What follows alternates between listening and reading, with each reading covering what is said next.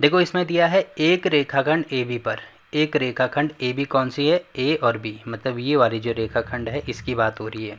A B पर A D और B C दो बराबर लंब रेखाखंड हैं। दो बराबर ए डी, जो ए डी है मतलब ए डी ये वाला और बी सी ये वाला, तो दो बराबर का मतलब ये दोनों आपस में बराबर हैं।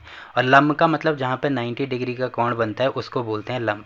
ठीक है, लंब रेखाखंड है जो कि आपको यहाँ पे दिख रहे होंगे। ठीक है, देखिए आकृति दशमलव 7.18 में, तो ये वाली आकृति में हमें ये चीज़ दिख रही है। ठीक है, आगे दिया है दर्शाइए कि सी डी, जो सी डी है, देखो सी डी कौन सा है, पहले मैं इसको यहाँ से मिटा देता हूँ। सी डी आपको दिख रहा होगा पूरा ये वाला, सी और डी ये वाली जो रेखाखंड है वो ए बी को, ए बी कौन सी भुजा है, ये वाली भुजा है। ठीक है, ए बी को समद्विभाजित करती है। अब देखो समद्विभाजित करने का मतलब होगा, सम का मतलब होगा समान, द्वि का मतलब होगा दो, भाजित का मतलब होगा भाग, मतलब दो समान भागों में बांटना।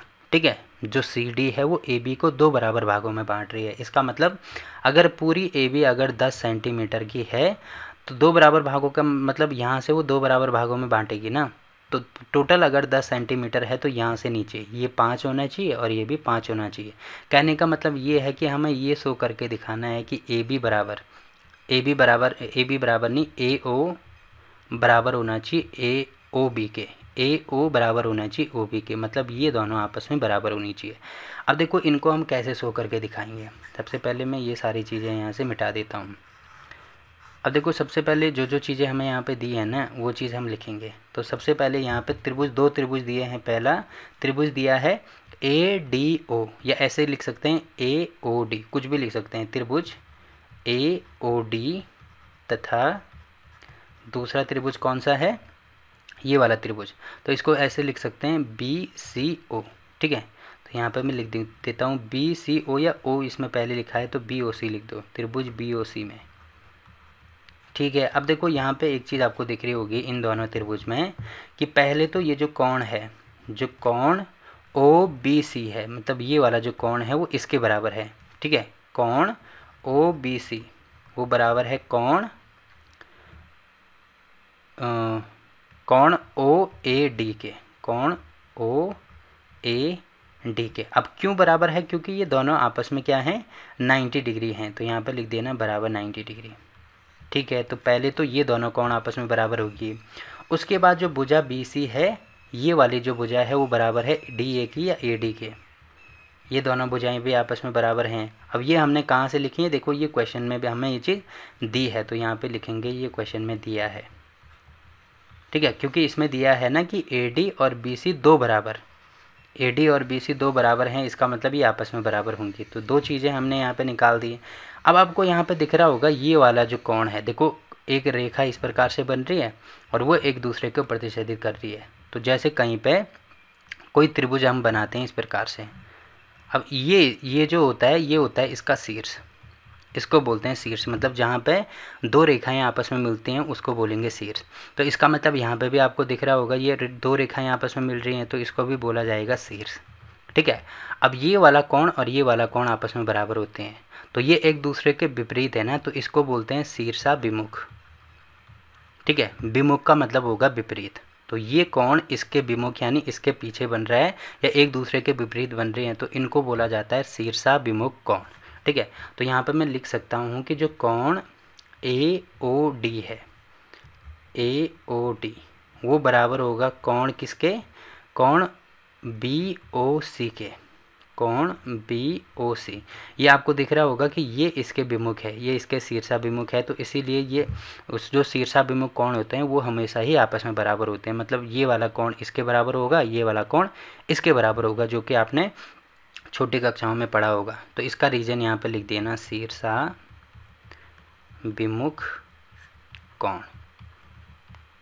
ठीक है, तो ये चीज़ें होगी।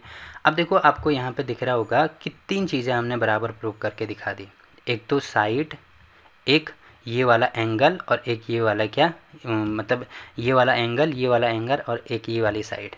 तो हम ये यहाँ पे कह सकते हैं इसीलिए ए एस यानी एंगल एंगल साइड के द्वारा, एंगल एंगल साइड से हम कह सकते हैं कि जो त्रिभुज बी BOC है, जो त्रिभुज BOC है वो सर्वांग सम होगा किसके, त्रिभुज AOD के। तो यहाँ पे मैं लिख दूंगा AOD के। ठीक है, अब देखो ये दोनों त्रिभुज सर्वांग सम प्रूव हो गए। सर्वांग सम का मतलब होगा ये त्रिभुज हर कंडीशन में आपस में बराबर होंगे। तो सर्वांग सम का मैं बता देता हूँ, देखो सर्वांग सम, सर्व का मतलब होगा सभी और सम का मतलब होगा समान, यानी सभी चीज़ें समान होनी चाहिए। अब किसी भी त्रिभुज में क्या चीज़ें होती हैं, एक तो भुजाएं होती हैं, एक कोण होते हैं, यानी ऐसे दो त्रिभुज जिसके सभी भुजाएं और सभी कोण आपस में बराबर होंगे उनको बोला जाता है सर्वांग सम। अब आपको दिख रहा होगा ये वाली जो भुजा है वो इसके बराबर है, ये वाला कोण इसके बराबर हो गया, तो इसका ये वाला कोण इसके बराबर हो गया, ये वाला कोण इसके बराबर हो गया। वैसे ही ये वाली जो कोण है ये इसके बराबर होगा, ये वाली जो भुजा है इसमें ये वाली भुजा है ना और इसमें ये वाली भुजा है, तो ये वाली भुजा भी बराबर होंगे, तो ये वाली भुजा और ये वाली भुजा भी बराबर होंगी। तो इसीलिए हम कह सकते हैं कि जो AB होगा वो बराबर होगा, AB नहीं सॉरी, जो AO होगा वो बराबर होगा किसके, OB के। ठीक है, जो AO होगा वो बराबर होगा OB के। अब यहाँ पे ये चीज़ हमने शो करके दिखा दिया। अब क्योंकि ये दोनों बराबर हैं इसीलिए हम कह सकते हैं, बराबर होने का मतलब यही होगा ना कि जो CD है वो रेखाखंड AB को समद्विभाजित करती है। तो इसीलिए लास्ट में लिख देना, क्योंकि ये दोनों आपस में बराबर हैं इसीलिए जो कौन सी भुजा थी वो, मतलब जो हमें यहाँ पे दिया है यहाँ से वही चीज़ लिखेंगे, इसीलिए CD भुजा AB को समद्विभाजित करती है, समद्विभाजित करती है।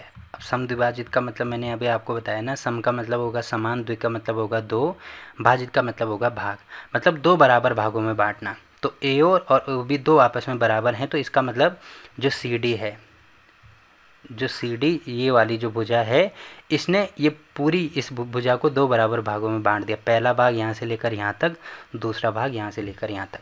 तो ये हमने यहाँ पे शो करके दिखा दिया। और देखो इसमें आपको कहीं पे भी कोई दिक्कत आती है तो आप कमेंट करके पूछ सकते हैं, ठीक है।